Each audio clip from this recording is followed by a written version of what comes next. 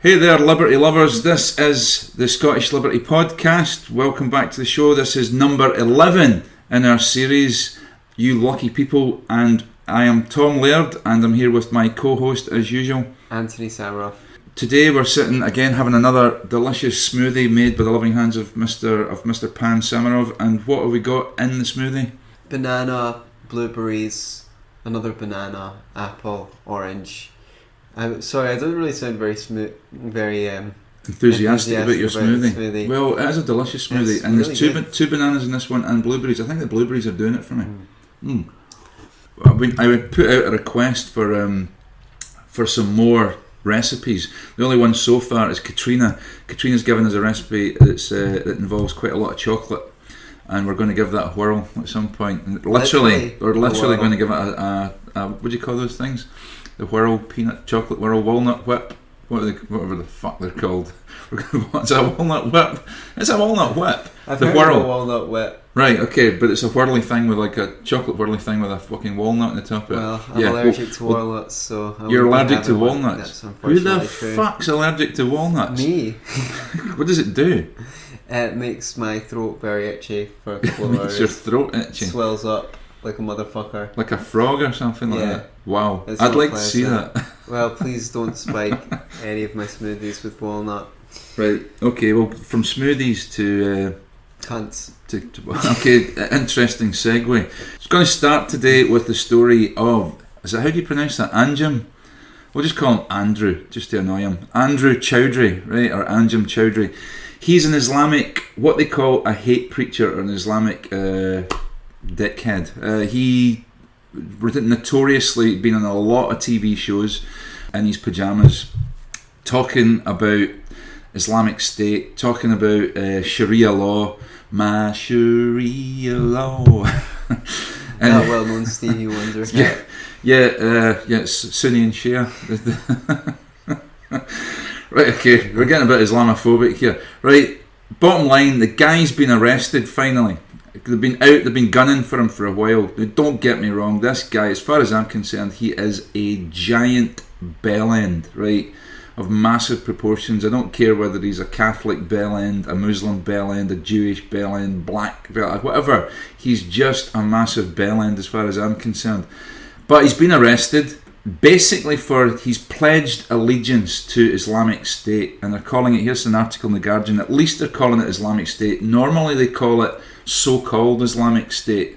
Whenever you hear politicians talking about it, they call it so-called Islamic State, and that really fucking burns my toast, because why is it so-called? It is the Islamic State, you know. Is this the so-called Guardian? You know, the so-called Guardian, the so-called Prime Minister. So-called Scottish Liberty Podcast. This is the so-called Scottish Liberty Podcast. Maybe our left-wing critics, or our right-wing critics, if we ever get them, will say, it's the so-called Liberty Podcast. They talk about liberty, but they only really mean the liberty of the free market. They don't mean like real liberty. Well, I'm just gonna fucking fly in their face right now, because I've got to say, as much as I think this guy is a massive bellend, and he should be pilloried and he should be laughed at, and he possibly even should be deported, I think we're in dangerous territory when you can arrest somebody and threaten them for 10 years in prison for pledging allegiance to an organisation. You know, I think we're on a shaky nail. If he's definitely said, I think we should kill X person, Y person, I think we should go... I mean, I don't know. What do you think yourself, Anthony? Do you think they're right to arrest this guy and have him charged with pledging allegiance to Islamic State? Is it just because he said he pledged allegiance? I mean, has he been inciting violence? Well, he's incited also.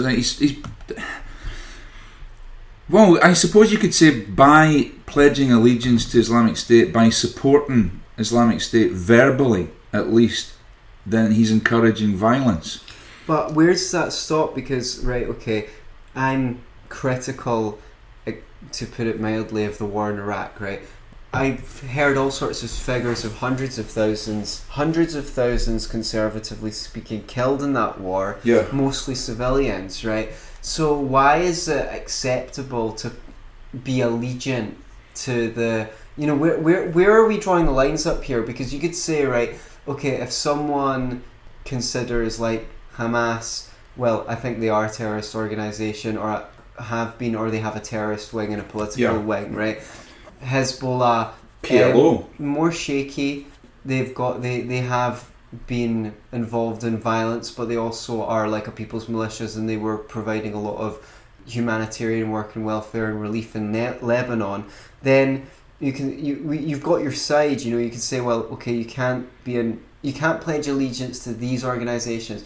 Well, there's people on the other side that think that Israel's equally culpable, and they've used white phosphorus weapons that are against the law to use, and is that an established fact? Yeah, that's an established fact. Okay. No one is. I don't know enough about that to come back. No one's disputing that. You can get news stories, and there's pictures of it. They say, well, you know, that's against the law if you believe in the law, of course.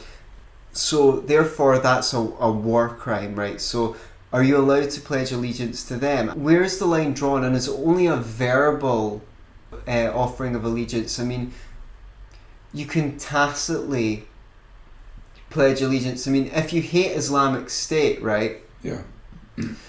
To what degree has Western intervention in that region created Islamic State in the first place? Haven't all the architects of that foreign policy been better allies of Islamic State than this preacher? You could probably make that argument.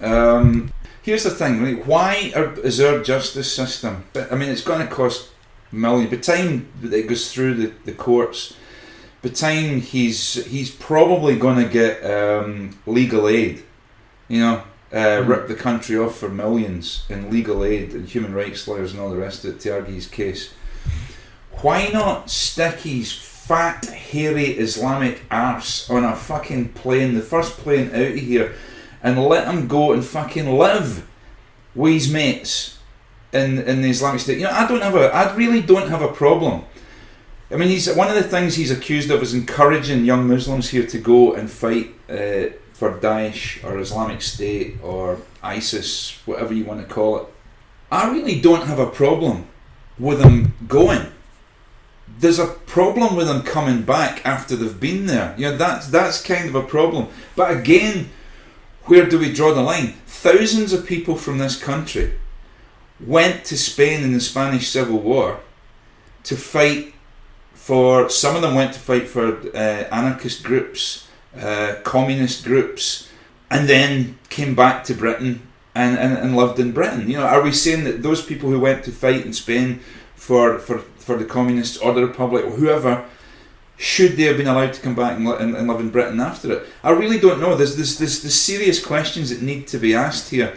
The serious questions. What principles are, you know. Well, what is the principle? If there's a principle, it should be legislated equally. Yeah.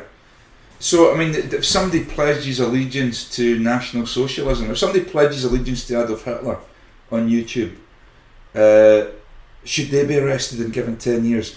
If somebody pledges allegiance to Satan, albeit, you know, most people would regard that as a fictional sort of being, should they be arrested? Because they say, okay, well, even though this being is fictional, they are regarded as an evil entity. So if somebody pledges allegiance to evil, then we should just we should arrest them and give them 10 years.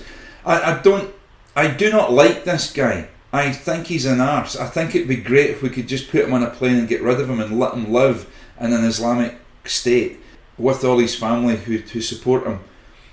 But to put him in prison for pledging allegiance or for even encouraging, has he actually? I really don't know. The only thing it says in the article is that he pledged allegiance to ISIS, and for that he's been arrested. And the jury heard, Old Bailey jury heard that he'd pledged allegiance to this organisation. What's their crime? Have they created a crime called pledging allegiance to ISIS? Yeah, what is the actual crime? What has he? It hasn't actually said. Now, an interesting thing, when we were looking for this article online and we typed in Anjem Choudary, nothing whatsoever came up.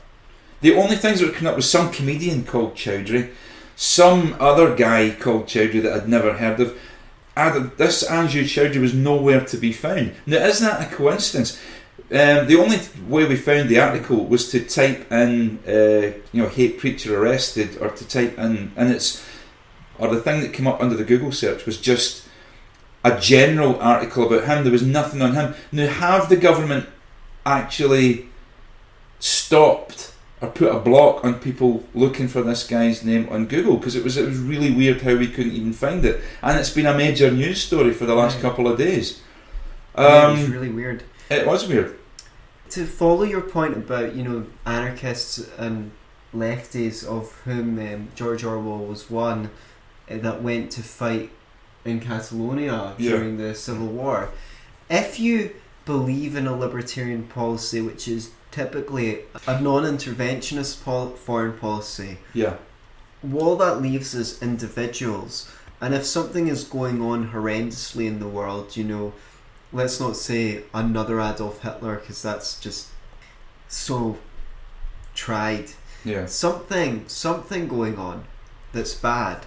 That's what you're left with in a non-interventionist world. It's like, if you really believe in it, then it's your duty as an individual, no draft, no forcing people at gunpoint to volunteer, but if you really believe in it, go over there and fight for what you believe in.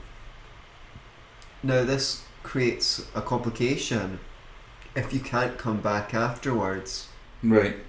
It's because, I've heard suggestions, I've even suggested it myself in the past, if somebody is going away to fight for ISIS or whatever, and they think that's a good idea, maybe we should take the passports off them when they leave, so they can't come back in. But again, I don't suppose that would square with a libertarian principle of freedom of movement. Well, that's the thing. To what degree do you have the right to use the preventative use of force? Are you impinging on more liberties by not letting that person who's basically proven themselves to be a jihadist, by going to fight for ISIS? Are you not willfully putting people at risk by allowing them back into the country? I think they've got every right to go and fight for ISIS if they want to. I'd rather that they were fighting over there in that region than here. There's what burns my toast is, if you really believe in Sharia law or the more extreme forms of Islam, there's plenty of places in the world to move to where you can live under it. My personal take on this is I have concerns. I have deep, serious concerns about liberty in general and the precedent that this might set. How far do we take this? I think it's always problematic to arrest people. Do you know what? Say what you want, believe what you want. You cannot do what you want. Now we already have laws that say, if I threaten to kill somebody, if I threaten to kill you, Antony, and you've got a reason to believe that I'm serious about that, I can face 10 years for that. So we already have that law. So if they'd have said, Choudary threatened to kill X, Y, or a group of people personally, then I suppose you could arrest them for that in of itself. But to just say that we're arresting them and are going to convict them of pledging allegiance to ISIS, I don't know if that's valid, and I have concerns about it. But do you know what? Just put his fat arse on a plane and say, look, mate, you're clearly enamoured with this organisation, you're clearly enamoured with their policies, you're clearly enamoured with Sharia law, and you want to live under it. Why don't you just do that? It's not a problem. You can. We'll actually, it'll be cheaper for it. We'll chip in. We'll buy you a ticket, you and your family, and you can all go and live there. I don't see the problem with that. And show him up. If he then won't go, hell no, I want to go. Then it kind of shows him up in front of his mates for the tosspot that he is. If he'd rather stay here, and this guy, it's just strange. I was looking into a bit his background. Apparently, even up to 20 years ago, he was another one of these Muslim guys that were a bit of a playboy. Right. He drank, and I don't know if he'd done drugs, but he was discoing, and he wasn't very Islamic in his youth, in his studenty days, and he suddenly sees that he whether he got radicalised or somebody radicalised him, or he just decided to do it himself. Suddenly he was going about in his pajamas, threatening, to tear down, Western civilization. So he's an odd character. I was going to say I'm constantly surprised. Even the Muslim Council of Britain, who I'm no friend of, they've even said, that this guy's an arse. I'm paraphrasing here, obviously. They've said this guy's an arse. He doesn't represent, British Islamic, the majority of British Islamic people's thoughts. Why do they give him such prominence? Why do the press give him such coverage? Well, it's because he's controversial. They get him on TV shows, and he does his thing. He says stuff about women. He says some stuff about homosexuals that's not very popular, and it creates viewing figures. And maybe the best thing to do with the guy is just ignore him and let him disappear up his own arse. Right. So 2 questions. First question. Should he be liable if he encourages people to commit acts of violence? Well, under the current law, if I publicly encourage you to kill somebody and you go and do it, am I culpable? I don't know. Are you? I don't know either. I think maybe I should have researched this better. Or should I be? At the end of the day, the person who carries out the crime is the one responsible and is the one culpable. I know that in the States, you can be convicted of just being present at the scene of a crime where somebody's killed or assaulted, and you're there. If you don't actively try to prevent it, you can get the exact same sentence as the person that does it. And yet, the Supreme Court the Supreme Court in America ruled that the police have no duty to protect you. That is absolutely weird. So you would think they, at taxpayers' expense, can say that they can stand back, not put themselves at risk to protect you. It's all very strange. I think the best thing to do with this guy is either get him on a plane, get rid of him, or ignore him. Second question. Yes. Okay. Second question. Can we do the same thing with socialists in Denmark? Can we put them on a plane? Well, we came up with a giant catapult idea, which is, I think, preferable to the plane, which is we could have a giant catapult, we could ping socialists, Scottish socialists, to, what do you think, Denmark? Denmark's probably the one that they keep on bashing on about at the moment. Right. But, here's the thing. I think it would be great if Scottish socialists voluntarily went and lived in a socialist country, and we could bring, 100,000, 200,000 Iranian or Iraqi or Syrian libertarians to live here. That sounds like a good exchange to me. But there's a problem when you start saying, why don't you go and live in a socialist country? I know, and I'm kind of flying in the face of my own argument here, because I've talked to people about libertarianism and they've went, why don't you fuck off and live in a libertarian country then? And it's like, you go, well, I live here, dude. This is where I was born. This is where my parents were born. I'm not saying it's shit. I'm not saying we should tear it down violently. All I'm saying is, look, I think this is a better way of doing things. Right. So much as I think it's a funny they've had their chance. They've had 100 years of their chance for God's sake, over the world. Seriously. Can we not just get one shot? Yeah. It will be so good that all the other countries in the world will copy it. Yeah, and I think libertarians, we stand alone. I'm willing to be corrected. We stand alone in the non-aggression principle, the non-initiation of force. We're the only party that does not need to force other people to follow our policies. If you want to be in a libertarian country, in a libertarian system, if you want to be socialist, great. You can be as socialist as you like. Buy some land, have your socialist community, and if it's as good as you say, if you finally, after fucking 199 attempts at this shit, if you finally knock it off and you crack it and you make it work, everybody round about can look at you and say, wow, what's going on over there? Those socialists have really got it together and they've really created an equal and wonderful society. Let's emulate it. I doubt very much that's going to happen. If it was going to work, it would have worked already. And if you want to be a communist, you can do that. If you want to have your little Nazi commune, you don't want to let black people in it, as long as it's your land, you can do what you want on it. And if you want to have a little Islamic enclave in Edinburgh, and you want to have the Islamic Republic of Leith, great. As long as people are free to leave, as long as people are free to move, round about it. If you want to make it an Islamic state, you want to have Sharia law in Leith, okay. As long as you don't compel people who don't believe that to follow it, if it's all voluntary, I'm not against it. You can't be cutting people's Well, I don't know. Let me pose that one to you. If you've contracted, if you voluntarily wish to live in a Sharia law community, and that community says, look, we cut people's hands off here for theft, and then you commit theft and you're convicted and they cut your hands off, should they be allowed to do that? I mean, you've contracted, it's voluntary. I don't believe in it, but I kind of lean towards yes. But I'd love to hear from our audience. Yes, so would I. If you've contracted and said, right, I respect the fact that if I live in this community and I steal, I'm going to get my hands cut off. Should the legal system be allowed to do that if you voluntarily contracted, they don't think you were insane, or they think that you were in an adult position to make that decision based on your faith? Should they be allowed to carry out that sentence? You tell us. Tell us what you think we should do with Choudary. Leave some comments. Tell us what we should do with this guy. Do you think it's right that he's been convicted of pledging allegiance to Daesh or Islamic State, whatever it is?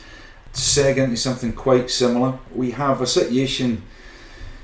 I'm not a I'm not a football fan at all. Can't stand it. But Glasgow Celtic have. It looks as if Glasgow Celtic as a club are going to get fined. This is an article in the Herald Scotland. Celtic were facing disciplinary action after fans went ahead with threats of unfurling Palestinian flags against an Israeli team in the Champions League. Despite warnings to avoid political gestures and the certainty that the club will be fined, some Celtic supporters raised Palestinian flags at the Scottish Champions match against the champions of Israel, Hapoel Beersheva.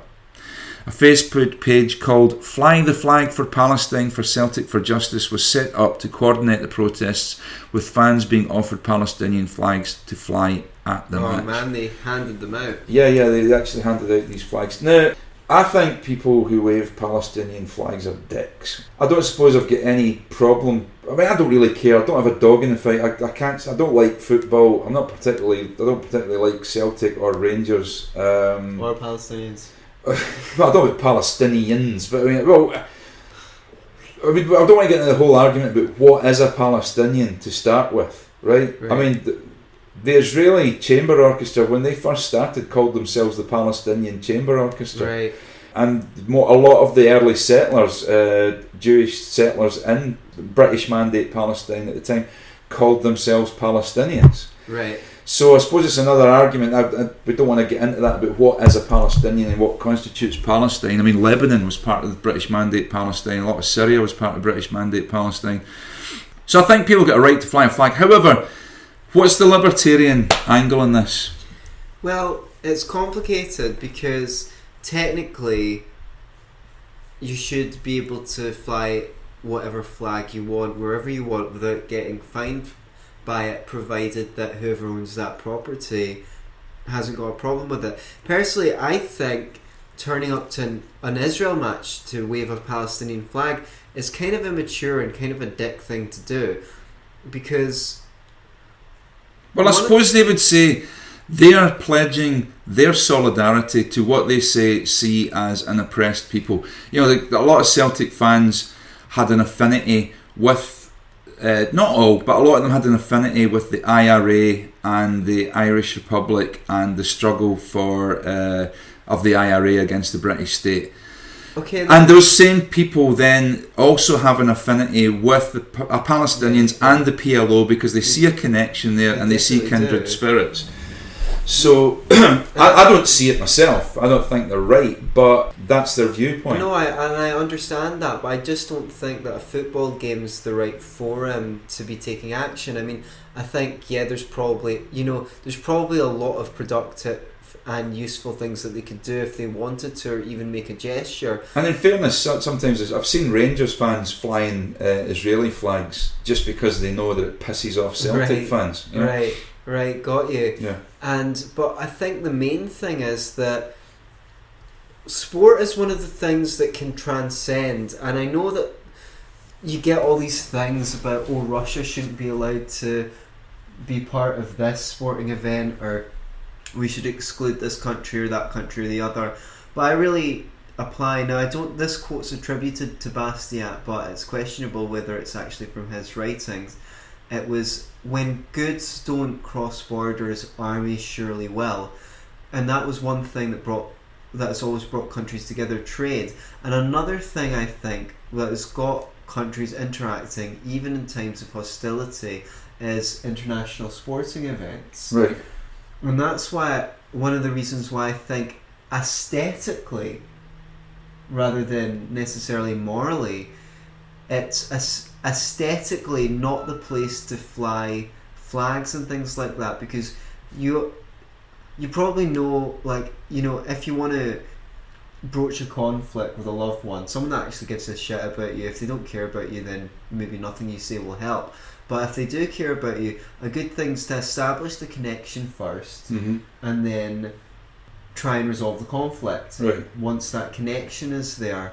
I'm very critical of Israel, but I'm also very critical of the boycott, divest and sanctions movement. Okay. Because that's not actually helping, because what they're actually doing is they're playing into the hands of a victim narrative and a persecution narrative from the Israeli side.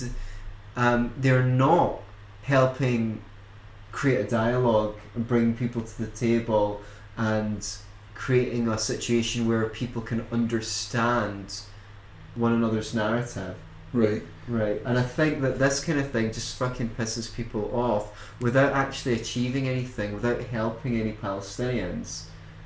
Right, okay. But then, would you be consistent in that? I mean, I know that during the apartheid era, a lot of people were, you know, boycotted South African rugby team, South African cricket team when they went abroad. Peter Hain, famously, who became a Labour Party minister, he was arrested in the 70s for digging up the pitch, digging up turf. I think it could have been Twickenham, where the Springboks were coming. So, and he took part in direct action. Yet some of the same people who supported the anti-apartheid movement and the boycotting of the Springboks don't support the boycotting of Israeli football teams. I don't know what the discrepancy is. I don't know why. I just mean there's an inconsistency there. And on the other side of things, I don't know where I was going with that. Sorry. Let me take up where you left off. I mean, are these people consistent? Because, as I said, I'm very critical of Israel, but they're not going to turn up at a Turkish team's game with an Armenian flag, or an Iraqi team's game with a Kurdish flag. Right. Again, coming back to the boycott, divest and sanctions movement. So it's extremely partisan. It's very partisan. I mean, they're not calling for boycotts of Saudi Arabian oil, for example. Or Chinese athletes, or Yeah, I mean, every nation on the face of this planet, more or less, has got some kind of marker or another across their name. Yeah. And wherever we can, we should take action, or you should find out what you're good at, and put that to use to try and help one situation or another in the world. Before you take action, you want to know, what are your goals? Is this action going to help you achieve those goals? And then set out. I mean, I think a particularly shameful episode, and this is quite pertinent because we're at the Edinburgh Fringe at the moment. The Fringe and the festival's going on. Last year at the Fringe, there was an Israeli theatre company that was boycotted and hounded out of town by protesters. Liz Lochhead, notably the Scottish poet, was part of this, saying this group of people have received money. I think it was like a paltry amount, but nevertheless they'd received some sort of funding from the Israeli government, and therefore they should be banned from the Fringe. And shamefully, I think the Edinburgh Council complied. You know, they backed down and allowed and stopped this theatre from going ahead. And the ironic thing was, this was a theatre company that was cross community. Right. It was about building bridges between Israelis and Palestinians, and they hounded it out of town.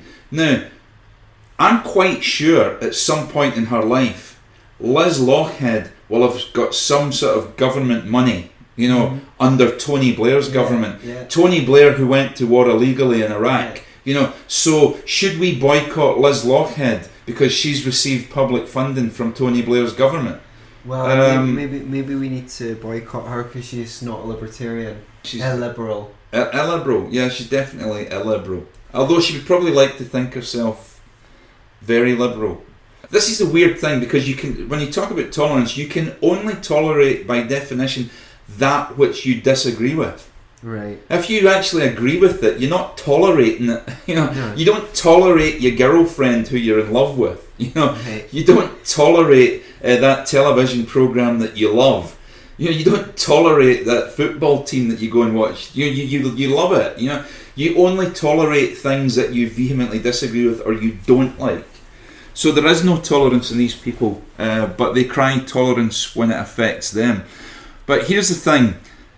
Glasgow Celtic are a private company and a private organisation. If they've decided, for whatever the reason, that they didn't want people to fly these flags at the game, they've got a right to say what kind of behaviour goes on inside their stadium.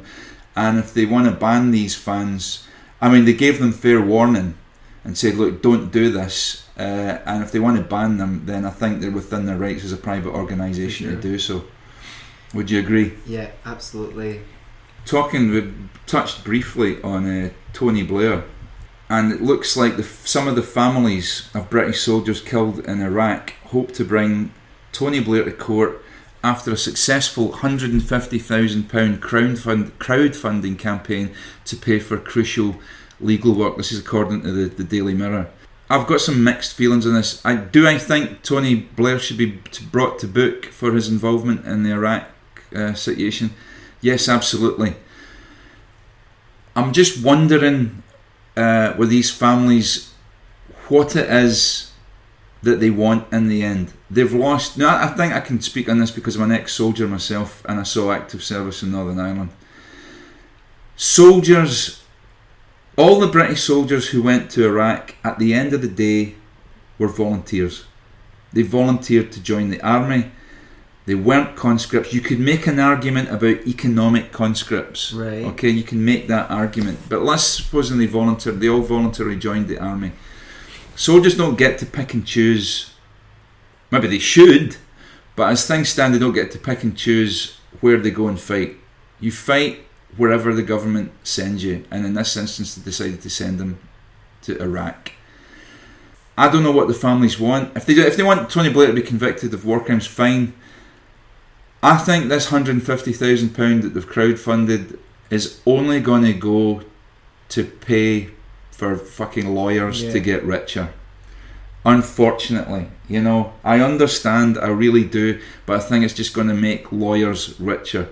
And I really don't think that Tony Blair is going to get convicted of war crimes. I don't really see him even going to court over this. I think these families are in pain, they're angry, and they want somebody to pay for the fact that they've lost their loved ones. But do you know what? Soldiers die. They die, they get sent to war by parasites like Tony Blair. And that's your lot as a soldier. If you don't accept that, you have no business really being in uniform. That's my take on that one. What do you think yourself? Well, let me play devil's advocate a little bit, right? So, see, after the Second World War and the Nuremberg trials, you probably know where I'm going with this. I can see where you're going. You naughty man. There was a precedent set, Yeah. which was, I'm only following orders is no longer good enough. You have to be critical, even as a soldier, and not follow certain orders, otherwise you might be guilty of a crime. Okay. So, yes, if you sign up for the military, you're agreeing to go and do service, but what if you're sent under false pretenses, for example, all this weapons of mass destruction and the whole bunch of other lies that were told? Okay. Does that in some way invalidate your contract? And could you even say that maybe people have actually got a responsibility not to participate in things that could potentially be illegal? I mean, around the time I was a teenager, and I knew someone who went off to join the army, and there was all this talk. I was on the internet trying to research this, and I read books and things like that, and came to the conclusion that it was nonsense and there was no weapons of mass destruction. Yeah. This guy was saying, oh, well, you know, we went in front of a lecture and they showed us these videos of these massive holes that they were digging in the desert. Yeah. And, you know, they're hiding the weapons of mass destruction in there. Now, I don't know if he was just a bullshit merchant and just making this stuff up, because he did talk a lot of shite sometimes, and said that this was likely to escalate to like World War III and stuff like that, and it was of epic proportions. Well, you know what? I think as a I don't want to use the word society, but as a nation, we do need to hold politicians to account for the wars they get involved in. And when we realise that we go to war, we're going to lose soldiers, and a lot of it's going to be in bullshit pretext. Okay, let's look at something. Let's look at something that's supposedly a just war. Okay, we went to war with Nazi Germany. The pretext for going to war, the whole reason we went to war was to liberate Poland. Right. Poland was our ally. We put an ultimatum to Germany: if you invade Poland, it means war. We went to war for nearly 5 years. Hundreds of thousands of lives lost. The civilian casualties on the Normandy landings were absolutely fucking horrific. Okay, in the first 2 or 3 days, you know, these figures don't get bandied about, but the civilian casualties in France and in particularly Holland were fucking horrendous. And at the end of that war, we achieved the destruction of Germany, which we then had to fucking bail out and pay them to reconstruct their country. And we didn't even achieve what we went to war for. We went to war to liberate Poland. Poland wasn't liberated. The last Russian tank, the last Soviet tank didn't leave Poland till the late 80s. Was it the mid-80s or late 80s even? You know, that's 40 odd years later. What fucking difference did it make to you as a Pole, whether you were being oppressed by the Nazis or being oppressed by the Soviets? What difference does it make whether it was Soviet tanks in your streets and Soviet soldiers or German soldiers? Could we say, why aren't we prosecuting our politicians for taking us to war in Germany, against Germany, when we absolutely failed to achieve what we went to war for in the first place? So you could make that case. I mean, has there been any war that we've been involved in the last 50 years that really hasn't turned out to be bullshit? I don't know. Was the Malayan emergency, was that justified? Was the Falklands War justified? You could argue yes, but again, some people would argue that Margaret Thatcher should be brought to book for the sinking of was it the Belgrano? I can't remember. But the ship was basically sailing away for the exclusion zone when she sank it. And then there was that detail about military cuts sort of basically gave the okay. Yeah, for Argentina. There is a case to be made that we knew exactly what was going to happen. We allowed it to happen so that we could go and sort it out and make a statement. I really don't know. And I'm not, by the way, I'm not a pacifist because I am not against a hawkish and robust foreign policy when it's required. I'm just not sure anymore. What would define the terms? Yeah, exactly. What would define? Well, if you're threatened, your territory's threatened, your people are threatened by a foreign force, and it's the only way to sort it out. If all other negotiations have failed, and finally it's time to defend yourself. When does defence become offence? When is it justified to launch an offensive attack, a preemptive attack? You know, if it's justified, if you know X nation, whatever it is. Let's suppose France. We had evidence that France was planning a massive attack on Britain. That's not the group, by the way. Don't confuse that with the group that had massive attack. If they were planning a massive offensive attack on Britain, would it be justified to launch an attack on France first? You know, these are things we don't seem to think about before we go to war. There's too many people saber rattle and go, okay, we should go to war. We should go to war in Zimbabwe. We should go, and depose Robert Mugabe. We should go to war against Daesh. And invariably, it's not these people that have to go and do it. Well, it's somebody else's son that has to go and do it. they don't stand to gain from having clearly defined principles, because as soon as we've got our principles clearly defined, we know what the rules are and we can judge. Whereas politicians benefit from being able to pick and choose and manipulate the dialogue. So the one thing you will never see on television, never on Question Time or any of the political programmes, is, right, let's get back to the beginning. What is the principle here? What is the principle, and how do we measure whether this is right or wrong against the principle? And what would be the implications of that if we accepted that principle to all areas of public life? Yeah. That's just something you don't get. I mean, they'll be discussing, should we have this tax or that tax, this much or that much? No, what is the principle? How do we justify tax, and which taxes are most justifiable?